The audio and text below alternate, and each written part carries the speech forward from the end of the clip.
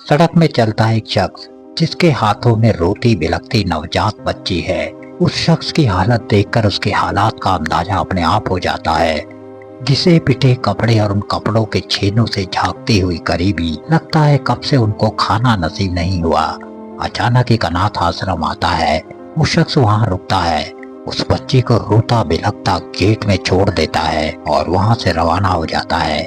मगर कुछ ही दूर जाते जाते वो शख्स वापस लौट आता है तो क्या देखता है, उस बच्ची के शरीर में मक्खियों समेत कीड़े मकोड़े रेंग रहे हैं। वो शख्स उस रोती बिलखती बच्ची को तुरंत उठा लेता है और सीने से लगा देता है। इस धरती में इंसान इंसानियत की मिसाल देता है, मगर गुर्बत और गरीबी इंसान को किस हद तक मजबूर कर सकती है, वो इस वाक़ये से अपने आप साफ हो जाता है। नमस्कार, सत श्री अकाल, आदाब। हमने जिस घटना का जिक्र किया वो किसी फिल्मी स्क्रिप्ट का हिस्सा नहीं, बल्कि बॉलीवुड की एक ऐसी लेडी सुपरस्टार का किस्सा है जिसने बचपन में गुर्बत और गरीबी देखकर बहुत कम उम्र में संघर्ष करना शुरू कर दिया और अपने खूबसूरत टैलेंट के दम पर ट्रेजेडी क्वीन का मुकाम हासिल किया। मगर जिस गुर्बत ने उन्हें ट्रेजेडी क्वीन बनाया, उसी गुर्बत ने मौत के समय उन्हें फिर से पाई पाई को मोहताज कर दिया। हम बात कर रहे हैं मीना कुमारी की। जिस वाक़ये का हमने जिक्र किया उसका नायक था पेशे से थिएटर आर्टिस्ट अली बख्श, और वो बच्ची कोई और नहीं, खुद मीना कुमारी थी। जन्म से ही मीना कुमारी की जिंदगी में ट्रेजेडी शुरू हो गई थी। मीना कुमारी के पिता अली बख्श पारसी थिएटर में काम किया करते थे। इसके अलावा उनके पास आमदनी का कोई और जरिया नहीं था। इसी तंगहाली में मीना कुमारी की परवरिश हुई, मगर तंगहाली का दौर कभी खत्म नहीं हुआ। ऐसे में मीना कुमारी बचपन में ही पढ़ाई छोड़कर पैसे कमाने के लिए अभिनय के मैदान में कूद गई और बाल कलाकार के रूप में उनको फिल्म लेदर फेस में पहला मौका भी मिल गया। मगर संघर्ष अभी लंबा था। अपनी पहचान को तलाशती मीना कुमारी 10 वर्ष तक संघर्ष करती रही। इस दरमियान उन्होंने श्री गणेश महिमा और घटोत्कच जैसी फिल्मों में भी काम किया।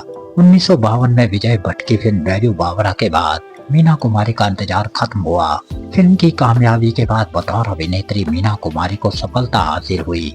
मीना कुमारी की जीवनी लिखने वाले विनोद मेहता के मुताबिक एक बार मीना कुमारी काफी बीमार हो गई। ऐसे में कमाल अमरोही पूना के हॉस्पिटल में मीना को देखने गए।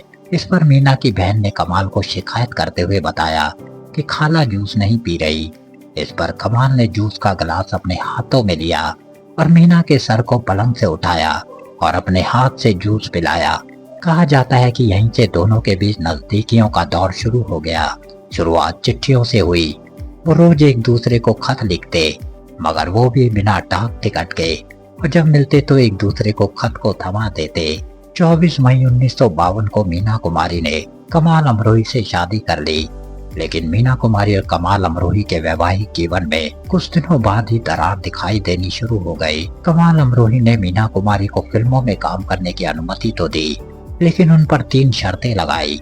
पहली शर्त थी कि मीना कुमारी शाम 6:30 बजे तक घर लौट आए। दूसरी शर्त थी कि मीना कुमारी के मेकअप रूम में उनके मेकअप मैन के अलावा कोई पुरुष नहीं बैठेगा। और उनकी आखिरी शर्त थी कि मीना कुमारी हमेशा अपनी ही कार में बैठेगी, जो उन्हें स्टूडियो लेकर जाएगी और फिर वापस आ जाएगी। जिस दिन मीना कुमारी ने कमाल अमरोही की शर्तों पर दस्तखत किए, उसी दिन से उन्होंने उन्हें तोड़ना शुरू कर दिया। सबसे पहली घटना तब हुई जब शारदा की शूटिंग के दौरान राज कपूर ने मीना कुमारी को एक पार्टी में आमंत्रित किया। एक रूसी फिल्म प्रतिनिधि मंडल मुंबई आया हुआ था। राज कपूर उनके सम्मान में एक स्वागत समारोह कर रहे थे। मीना कुमारी ने उनका निमंत्रण स्वीकार कर लिया और अपने पति को फोन करके कहा कि वो देर से घर लौटेगी। उन्होंने इसका कारण राज कपूर की पार्टी नहीं बताया, बल्कि ये कहा कि उनकी शूटिंग देर तक चलेगी। अगले दिन इत्तफाकन कमाल अमरोही की मुलाकात उन मेहमानों से हो गई जो राज कपूर की पार्टी में मौजूद थे। उन्हीं से उनको जानकारी मिली कि उनकी बीवी शूटिंग में व्यस्त न होकर पार्टी में थी। जब वह घर लौटी तो उन्होंने इस बारे में कमाल को कुछ नहीं बताया। बाद में जब कमाल अमरोही ने उनसे जवाब तलब किया तो मीना कुमारी ने ये कहकर उनको चुप करा दिया कि उन्हें परेशान नहीं करना चाहती थी। ऐसे ही एक बार कमाल अमरोही के सचिव अली बाकर ने मीना कुमारी को प्रदीप कुमार की कार से उतरते देखा और तुरंत उसने कमाल अमरोही को इत्तला दी।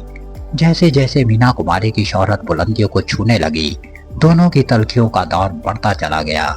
इस बीच कुछ ऐसी घटनाएं हुई जिन्होंने कमाल अमरोही और मीना कुमारी के बीच की दूरी को पाटने के बजाय और भी बढ़ा दिया। विनोद मेहता के मुताबिक सोहराब मोदी ने मीना कुमारी और कमाल अमरोही दोनों को इरोज सिनेमा में एक फिल्म प्रीमियर पर आमंत्रित किया था। सोहराब ने महाराष्ट्र के राज्यपाल से मीना कुमारी का परिचय कराते हुए कहा, ये मशहूर अभिनेत्री मीना कुमारी है और ये इनके पति कमाल अमरोही। इससे पहले कि दोनों एक दूसरे को नमस्ते कहते, अमरोही ने कहा कि नहीं, मैं कमाल अमरोही हूँ और ये मेरी पत्नी है मशहूर फिल्म अदाकारा मीना कुमारी।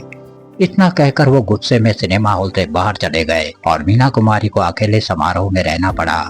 उन्हीं दिनों कमाल अमरोही कल्ट फिल्म पाकीजा की वजह से गंभीर आर्थिक संकट में फंस गए थे। ऐसे समय में मीना ने अपनी सारी कमाई देकर कमाल की मदद की। बावजूद इसके फिल्म के बनते बनते दोनों के रिश्ते खराब पर खराब होते चले गए और नौबत तलाक तक पहुंच गई। तलाक के बाद मीना कुमारी बीमार रहने लगी।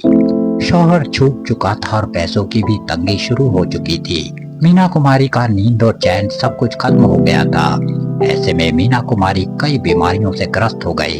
एक बार एक डॉक्टर ने नींद न आने पर एक पैक ब्रांडी लेने की सलाह दी, मगर यही सलाह एक पैक से 2 और 2 से 4 होते हुए बढ़ती चली गई, जिससे मीना कुमारी और भी ज्यादा बीमार होने लगी। इसी दौरान पैसों की वजह से पाकीजा का निर्माण भी रुक गया और मीना कुमारी की हालत भी दिन पर दिन खराब होती चली गई। सालों बाद सुनील दत्त और नरगिस ने इसकी शूटिंग शुरू करवाई। शूटिंग के बहाने कमाल और मीना की भी मुलाकात हुई। कहा जाता है कि मीना कुमारी ने कमाल अमरोही के हाथों को थामा और उस पर सर रखकर बहुत देर तक रोती रही। आखिरकार 14 साल बाद 4 फरवरी 1972 को फिल्म पाकीजा रिलीज हो गई, मगर तब तक मीना कुमारी अपने जीवन के अंतिम सफर में थी। मीना कुमारी को सेंट एलिजाबेथ नर्सिंग होम में भर्ती किया गया था। अपनी आपा को आंखें बंद होने से पहले मीना कुमारी ने कहा, आपा मैं मरना नहीं चाहती, मगर जैसे ही बहन खुर्शीद ने उन्हें सहारा दिया, वो कोमा में चले गई और कभी भी उससे नहीं उबर पाई। 31 मार्च 1972 को मीना कुमारी ने उसी गुर्बत में दुनिया को अलविदा कह दिया, जिस गुर्बत और तलखी में उन्होंने जन्म लिया था। दिल में रह रह के ख्याल आता है, अगर जिंदगी ये है तो फिर मौत किसे कहते हैं। इधर मीना कुमारी ने दुनिया को अलविदा कहा और उधर पाकीजा ने सारी दुनिया में धूम मचा दी। जिस तरह शाहजहां ने ताजमहल बनाकर मुमताज महल को हमेशा के लिए अमर कर दिया, वैसे ही कमाल अमरोही ने पाकीजा बनाकर मीना कुमारी के लिए एक ताजमहल खड़ा किया और उनको अमर कर दिया। जब जब भारतीय फिल्मों का इतिहास लिखा जाएगा, पाकीजा का जिक्र तब तब किया जाएगा। आज भी मीना कुमारी के जीवंत अभिनय के लिए इस फिल्म को याद किया जाता है।